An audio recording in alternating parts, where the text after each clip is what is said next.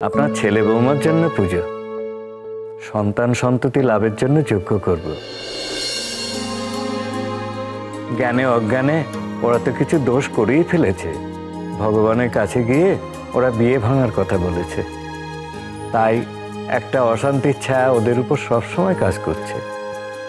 তাই এই যজ্ঞটা হয়ে গেলে সমস্ত দোষ কেটে যাবে,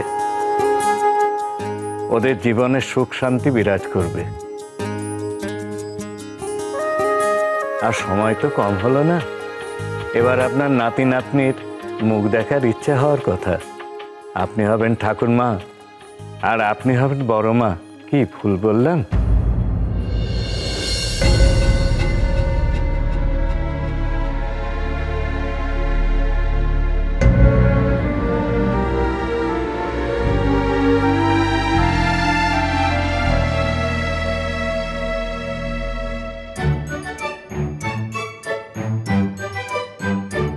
ঘরে নতুন অতিথি আসবে মা জানানি, আর পুজোটা আপনি করেই ফেলেন।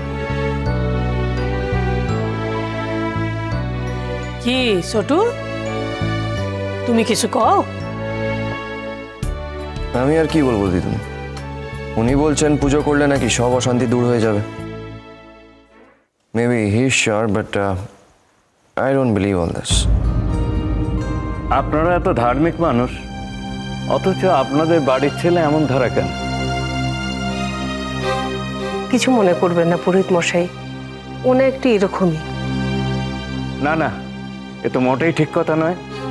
পুজো যদি করতেই হয় তাহলে আচার বিচার মেনে পূর্ণ বিশ্বাসের সঙ্গে করতে হয়। যাকে এখন আমি চললাম, যদি পুজো মনস্থ করেন তাহলে আমাকে খবর দেবেন। নমস্কার।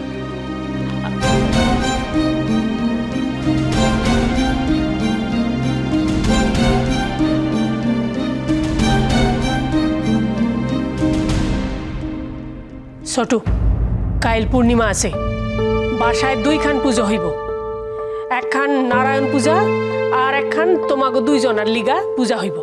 দিদুন, তুমি খুব ভালো করেই জানো যে আমি এই সমস্ত পুজো টুজোতে বিশ্বাস করি না। আর আমরা পার্সোনালি কি করব সেটা ঠাকুর মশাই পুজো করে ডিসাইড করবেন। It's ridiculous. মা, I don't want to discuss this in front of everyone. Please আমায় ফোর্স করো না। দেখো, আমি তোমাদের কখনো কিছুতে বারণ করি না, কিন্তু আমাকে এই সমস্ত পুজো টুজোতে টেনো না। Apart from that, you guys wait for the right time. সব ঠিক সময় মতন হয়ে যাবে। ছোটু, এমন করে না, পূজা আচ্ছা নিয়ে এমন কথা কইতে নাই না। পূজায় তোমায় থাকতেই হইব, আর ব্রাহ্মণ ভোজনও তোমায় করাইতেই হইব। আরে বাবা, সময় আইসা পড়ে না, সময় কইরা নিতে হয়, বুঝছো?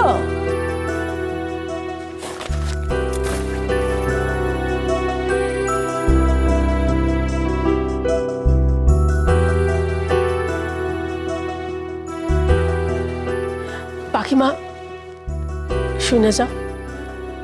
আচ্ছা, যতক্ষণ না পূজা শেষ হয় ততক্ষণ পর্যন্ত তুমি ছোটুর থেকে দূরে দূরে থাকবা, বুঝছো?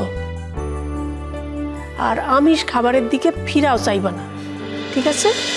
বোঝে না সে বোঝে না, সোম থেকে রবি রাত 11টা থেকে প্রতিদিন 1 ঘন্টা স্টার জলসায়।